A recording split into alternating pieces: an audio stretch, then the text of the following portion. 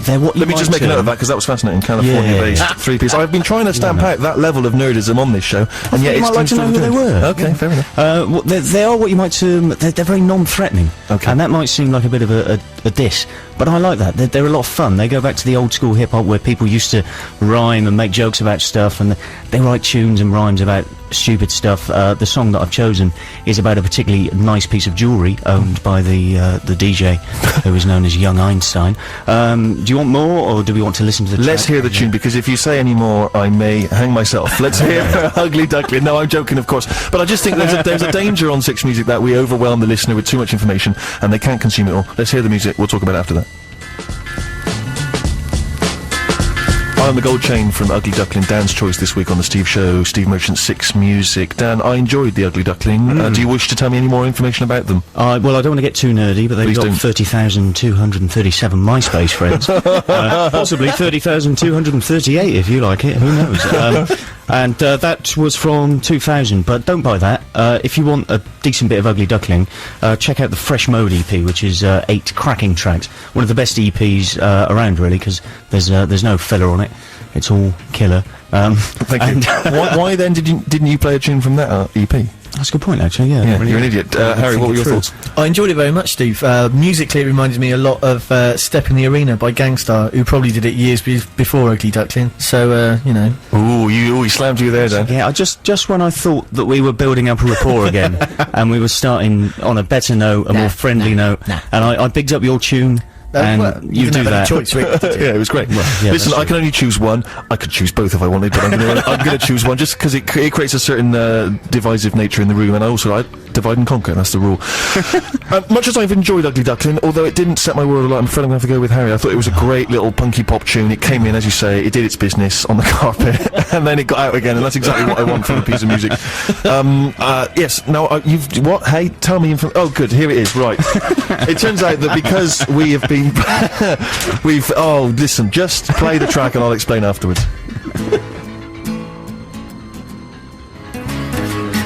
Six Music apparently is obligated to play certain session tracks from the past, but it's no bad thing when it's Amy Mann doing a version of I Should Have Known from Johnny Walker's show on Radio 1 from the 3rd of October 1993. Listen, I'm determined to tell you my story of being trapped in a lavatory, perhaps later in the show, because it'll fill about a minute and a half, and that's what we're always looking to do on this show, to get through it, to get to the other end, and take the money and run. A couple of weeks back we had Vic Sharma in, who was a sort of internet guru on the Steve Show, and his life mission really is to sort of endlessly wander through the world and seek out interesting music. He'll be joining us later to present us with 3 more tunes that he's discovered online. This week we'll be discussing also Last FM, Scrobbling, Mog, terms which I imagine mean nothing to me, but will be explained by him a bit later. I've just tried to keep people listening by promising them a discussion on Scrobbling, which is exciting. But anyway, one of the tunes he introduced to us a couple of weeks back was by a band called Me and Bobby. It was a beautiful tune. A lot of people responded to it. They said they really loved it. So here it is again. It's Me and Bobby, and a fantastic tune, Capsized. It's Steve Merchant, it's the Steve Show, 6 Music. Coming up to the news. After the news, we've got tunes from Talking Heads, Chemical Brothers, Arcade Fire, we've got The Cure, we've got the new single from the Arctic Monkeys, and obviously I'm very aware that the show is quite blokey, 3 blokes in a room, so no doubt we will try to appease our female listeners by talking about the size 0 debate and Liz Hurley's wedding. Stay tuned for that. Here's the news. Talking Heads on the Steve Show on BBC 6 Music, and She Was from 1985. What was the price to have FaceTime with Michael Jackson? Was it £20,000? Something crazy like that. Yeah. I'd quite like to have some FaceTime with Jacko. I don't know. Can you specify which face you want? Face? I'd like his face from 1982. Yeah. But what question would you ask, Jacko? What would be your opening question? Mine would be this, and I'm not going to say it on air, but I'm going to mouth it to you.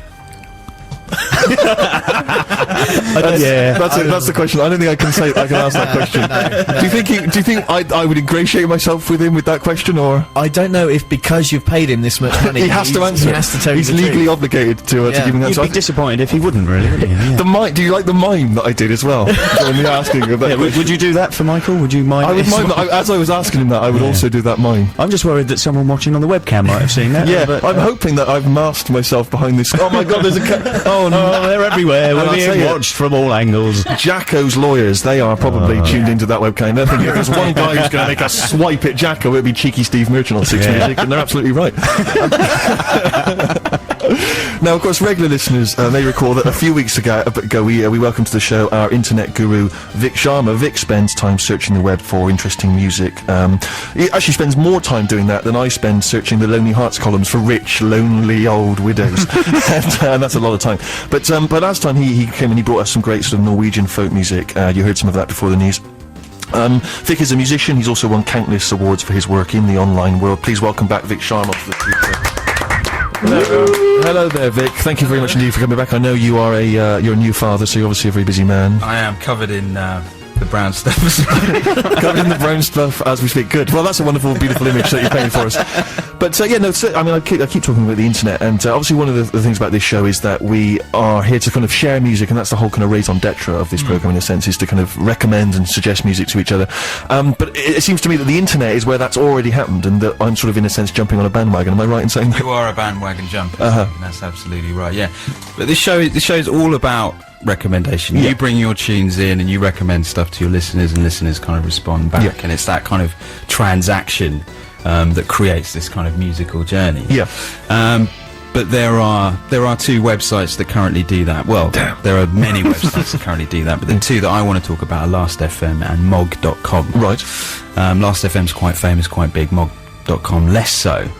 But basically they both work on the same premise, and that is you download a little plugin, and that plugin monitors everything that you play on iTunes or your Windows Media Player. And on the basis of what you listen to, the website then gives you recommendations and introduces you to people who also love the music that you like. So introduce you to other people who are logged on to exactly, Last.fm, right. And Last.fm is kind of slightly more sophisticated, and so you can actually also listen to a radio, on digital radio, online radio I should say, not digital radio, that plays everything that's tailored specifically to what you love. So it's sort of like a radio show that's catered specifically for me. Yeah, but there's no kind of sort of lanky, bespectacled tall guy cracking jokes. Sure. Which is like a massive omission. yes. Or a massive boon, depending on which way you go. Yeah. But both websites actually allow other people to look at what you're playing in real time. Right. So I was kind of like on Mog.com, and I came across this guy called Ben Gibbard, who's the lead singer of Death Cab for Cutie and the Postal Service. And at the time, he was exclusively listening to Death Cab for Cutie and the Postal Service. That's nice of him. Yeah. Slightly unfortunate for him. Although having said that, he does post some fantastic stuff on Mog.com, and he's sort of worth checking out. So you've discovered music on there? That stuff it has come onto your radar that you would previously have not heard of? Yeah, I mean, I think the three tunes that I want to sort of introduce to you today are all ones that I've come from that kind of exploration and from those kinds of communities. Yeah. Because I think the most important thing about these communities is the fact that you don't have some kind of pantaloon wearing record company exec telling you what to listen to. It's the fact that this stuff is recommended to you by your peers. Yes. And so, you know, there's kind of like tremendous grassroots support that emerges out of these communities. It's got nothing to do with advertising or promotion. Yeah. And I think that's something kind of really fantastic about that. Absolutely, yeah. Well, track one then, because I know you've chosen some great tunes this week that you've sort of discovered on these various, on Mogs, and for those of you who've just tuned in because you're keen to listen to, you know we're going to talk about scrobbling, don't worry, well, I'm sure we'll still find some time to talk about scrobbling, but track one. Yeah, track one is this guy called Taitor, and he comes from the Faroe Islands, which I think is kind of sandwiched somewhere between Iceland and Denmark. And I think he's a perfect example of the power of Last.fm and the power of community, because in 2003 he had a major record label release. The people of the Faroe Islands were so pleased they actually gave him Businessman of the Year in that year. Wow. But it didn't go well for him. He's just released his second album sort of in late 2006 on a tiny Scandinavian label, and it's got nothing to do with promotion, but he is massively popular online. Let's hear it. Who's not enjoying that on a lazy Sunday afternoon? They're perhaps washing up or doing some ironing for the week ahead, or just quietly making love to their wife whilst having it filmed for the web. I don't know. If you are, send us the link and we'll check it out. We're just to hear that as a kind of as a backdrop to your bonking. That was a choice from Vic Sharma, our internet guru. You can say bonking on the radio. There's nothing wrong with that. You've kind of soiled the song there, really. It was very beautiful, and You came wading in with your innuendo, and yeah, I feel slightly unclean. Do you? Yeah, I wouldn't say it was innuendo. It was fairly blunt. Yeah, I was, but you know. Actually, do you know what? If you have been filming yourself having sex with your wife, do not send us the link because they're going to get in all kinds of trouble. Because I think the BBC aren't happy about that sort of thing. Thank you, Vic, for coming in. No, he's not gone yet. Yes, tell us about the tune. Who was it by and what was it called? Titor. Yeah, and I think the album's available via Amazon.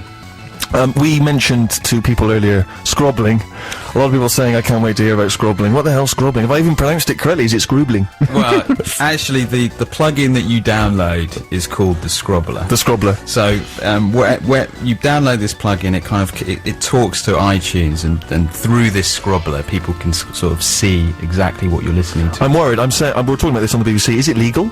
Yes, it's entirely legal. Everyone can breathe a sigh of relief, people. It's legal. Okay, track 2 that you have sourced using scrobbling. Yeah, but I sort of saw this via Last FM as I was sort of navigating through the folktronica genre. Ah, okay, yes. And I came across this guy called Jeremy Walmsley, who I think he's already kind of had a brief kind of flirtation with the Six Music playlist. I don't know, but he's another artist who perhaps doesn't have access to mainstream channels, but is extremely popular online, and particularly with the Last FM community. He's 22, he lives in London, he's half French, he's half English. He self-produces all his songs. I think he's lyrically hopeful, musically experimental, and definitely worth a listen. Let's hear him. Jeremy Walmsley. 5 verses from Jeremy Walmsley. Folktronica is what we're going to label it, and it's a great word. Who else might I term folktronica in case I want to drop that at a fashionable wine party? I really have no idea. Thanks very much, mate. Now, I'm fairly sure that Jeremy Walmsley is supporting Shins on their forthcoming UK tour. Is it the Shins? I believe it might just be Shins. Shins? I think, is it just Shins? Everyone's dropping the nowadays. I think it's the Shins. Ooh, 64046, stephen.6music@bbc.co.uk if you are a member of Shins. Let us know how we pronounce it. You know, I hate to get it wrong. If there is a the, I'll happily say it. If there isn't, let's drop it. Okay, so now we mentioned Last FM, Mog, we call it, what's the other one? Mog FM? Yeah, mog.com. Mog.com, it's a similar thing, is it? Yeah, it's a similar thing. It's a little bit more kind of down at home. Last FM has kind of academic roots, so it still sort of retains some of that, but Mog.com is a little more down at home, it's a little more friendly, and it's also got a kind of American bias. Right. But yeah, both kind of like fulfill a similar remit. Your final tune that you have you discovered via these various forms of internet communication? Yeah, the final one is this guy from the West Coast. Of America. Right. not Cleveland. Yeah. He goes by the name of Daedalus. Now, apparently his compositional technique is taken from that. I don't know whether when you were a kid you used to do that thing where you would write a line, fold it down and pass it on, and someone else would write a line, or you would draw a sketch and then you would kind Consequences? of... Is that what it's called? Yeah, Consequences. Apparently that actually has its roots in kind of like surrealism and Dada. Oh, okay, yeah. Because I think Bowie famously used to cut up words, didn't he? He did, yeah, which he took from Burroughs. Right. Right. Oh, slammed my close personal friend David Bowie. Interesting. So anyway, when you listen to it, I think it'll all make sense. Okay. Daedalus? Daedalus. What's the name of the tune? Oh, come on. What is the name? It is Sundown. He's embarrassing himself.